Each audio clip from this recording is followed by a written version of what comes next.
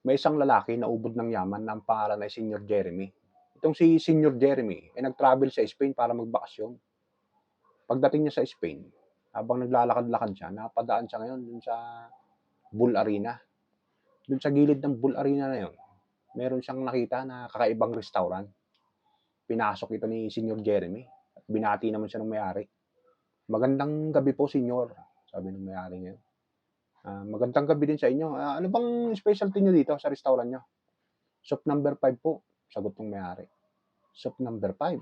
Opo, yun po yung bayag ng toro. Bayag ng toro? Medyo nandidiri naman itong si Senyor Jeremy dahil first time na nakarinig ng ganon. Pero dahil adventurous naman siya, gusto niyang tikman yung soup number 5. Sige nga, ihain mo nga sa akin yung soup number 5 at matikman. Nung naihain na sa kanya, agad niyang tinikman yung sabaw.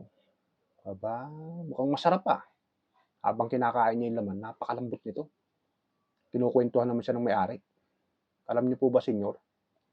Yung pong soup number 5 namin na yan, talagang napakasarap niyan. Pinipilahan at inaabang-abangan po yan ng mga tao dito.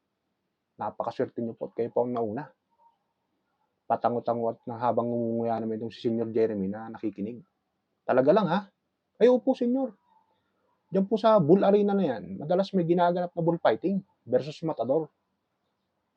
Pagka natatalo po yung toro, agad po namin kinakatay ito at kinukuha namin yung bayag para lutuin bilang soup number 5. At yun po ang specialty namin dito sa restaurant namin. Sige nga, meron pa ba kayong ganito? At makapag-take out? Sabi naman ni Senyor Jeremy.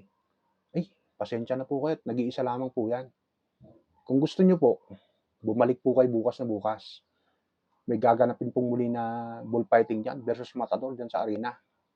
Pag natalo po yung toro, ako na pong bahala sa inyo. Agad ko po itong papakatay para iluto bilang soup number 5 at i-reserve ko po sa inyo. Ay sige, mabuti pa nga, sabi ni Senyor Jeremy na tuwan-tuwa na umuwi.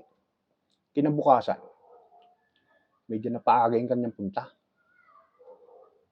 Pinanood niya muna yung bullfighting versus matador.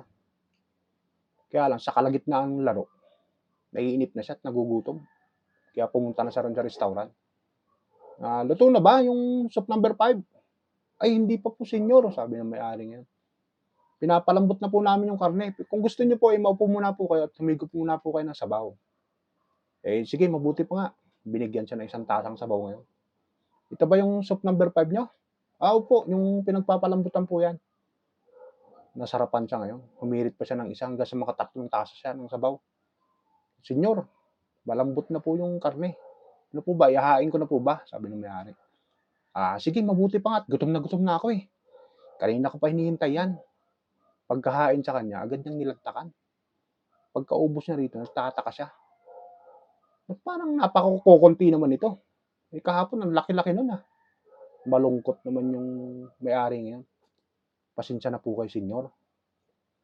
Bilang pagtupad po sa aking pangako, sa soup number 5 na yan, ipinakatay ko pa rin po yung natalo dyan sa bullfighting. Hindi niyo po ba natapos yung laro? Hindi eh. Nagugutom na kasi ako, kaya naiinip ako dyan sa kakanood ng bullfighting na yan. Sino ba nanalo? Nanalo po kasi yung toro.